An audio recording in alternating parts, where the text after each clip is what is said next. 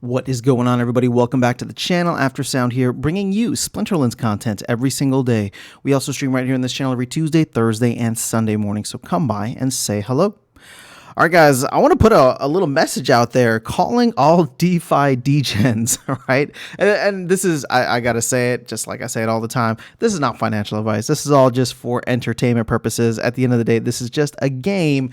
But there are significant opportunities here which kind of boggle my mind. And the one that I'm looking at right now are the liquidity pool rewards given out for those who are providing liquidity in the Splinterlands ecosystem, namely for DEC. So what am I talking about here? Well, primarily the two pools that contain DEC and a stablecoin, right? One is on ETH and the other one is on the BNB chain. So DEC USDC, this is the one that is currently on the BNB chain. It's paying out a 32% APR right now on holding two stablecoins. Now, you can probably trust USDC and maybe die on the ETH side to a much larger extent than you can trust DEC, which has had trouble staying at peg over the past couple of years. Now, recently, DEC has done a much better job of staying at peg. And, right now, let's see, where are we at? If I go to Splinter Cars, we're at, 98.8% of peg. And again, it fluctuates up and down. SPS is at 3.7 cents right now for reference, right? So what I'm trying to get at here is the simple fact that if you're holding stables and you want to hold stables and you want to earn a significant yield on them, 32% is ridiculous. And the reason I say it's ridiculous is because one of the main reasons that Terra Luna blew up in the first place was because they were offering a 20% return on staking UST. Again, that provided no value, no utility, right? People should have seen that, it was one, not sustainable, and two, it was eventually going to be a house of cards that ended up falling.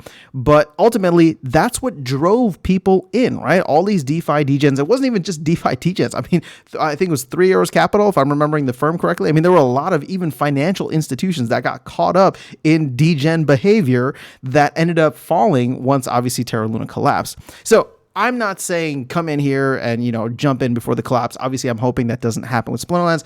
I can't say what will happen in the future, but this is a very different situation, and there's not much liquidity in this space as it is. People are earning 32% on holding two stable coins on a decentralized network, right, or decentralized chain, BNB, again, to a certain extent. At the end of the day, I'm a Bitcoin maxi, right? So compared to Bitcoin, nothing else is decentralized. But to their credit, right, BNB is a third highest or fourth highest rated blockchain or project in the crypto space. So that just, we'll leave it at that. Now, you can also go to ETH, which is the second highest, and earn 22% by holding DEC and DAI. And this only has $330,000 worth of liquidity. So there's not much liquidity in the space, and we know what happens from here. If the team continues to provide value, if the team continues to provide utility, which so far they've done a fantastic job after a pivot in leadership at the end of September, right? So Q4 was a fantastic time where we got the release of Land, long awaited, and we got the release of Rebellion, which was the new set, which has pushed SPS up from like 1.3 to, I think you just saw it, 3.7 cents. We have DEC now at peg and in a position where there's not enough out there where people are starting to activate the SPS flywheel. We are burning SPS in order to mint DEC. And if you're not familiar with this, I'm not going to cover it in this video. There's probably other videos out there, or leave a question in the comments and we can dig into it further. My whole point with this is, as SPS starts to become more and more scarce, which is not an easy thing to do. There's still a lot being minted and distributed every day. But if SPS continues to become more scarce, or more specifically just scarce from a liquidity standpoint, right? We come into a liquidity crunch, and we start seeing the value of SPS tokens rise, this APR is going to get out of control. So what do I mean by that? Well, we're at like 3.7 cents now. If we were to do a 2x, right, and get to, we'll just say like 7.5 cents, I mean, we'd be paying out a 60% APR paid out in SPS while holding two stable coins, right? DEC and USDC. Now, here's the thing.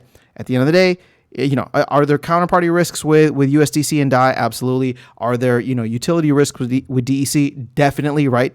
Right. If the team fails to deliver, or we end up in a situation where there's just too much DEC, we could definitely see it depeg. But at the end of the day, right, your risk is somewhat mitigated by the fact that, like, how low would DEC go?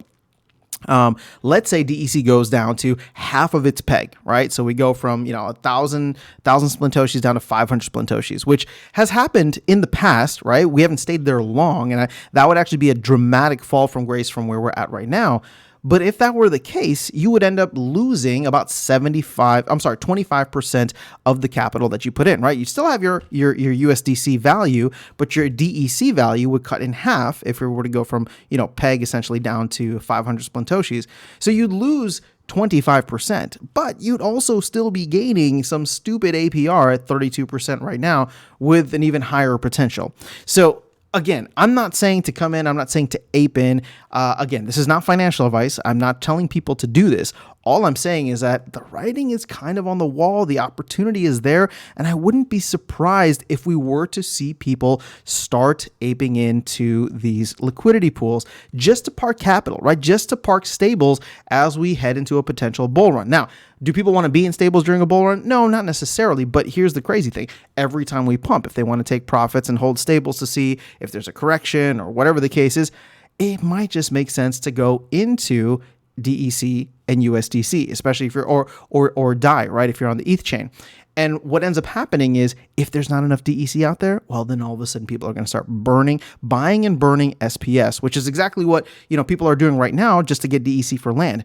But I really think that if all the DeFi degens just discovered this, just came across this and realized that they could get crazy, stupid returns on holding stables, this could absolutely blow up. And the best part about it is it's not on Hive. Yes, you have to claim your rewards on Hive, but you can bridge it out, right, through the official TerraBlock bridge or there's other, kind of third-party bridges that exist out to BNB and ETH. But your capital would still be on one of these primary chains, primary L1s, either Ethereum or BNB, which, again, people trust that and they know that way more than Hive.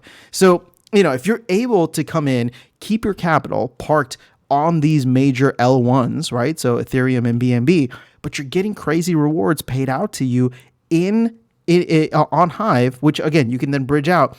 I don't know. To me, it just makes a ton of sense, right? It just makes a ton of sense. Granted, I've been in this space for a couple of years now. I understand it. Maybe for newer people, it might just be a little out of their wheelhouse. Maybe they don't want to put in the time to learn, but I'm telling you this, right? I can't be the only one that's looking at these numbers and seeing the opportunity there in terms of being able to hold capital in, decent stable coins, right? USDC and DAI, and of course DEC. You're going to have some kind of faith in the team and the game on that. But, the ability to do that, I think back to DeFi Kingdoms, for example, and how popular that got because it was paying out. Again, those were like stupidly high APRs at the time. We're not stupidly high yet. Here's the crazy thing though. We can get stupidly high if SPS were to do a 4x, right? We're at let's just say we're at 4 cents right now. I mean, if we were to go to 20 cents, for example, we would be paying up 150% APR.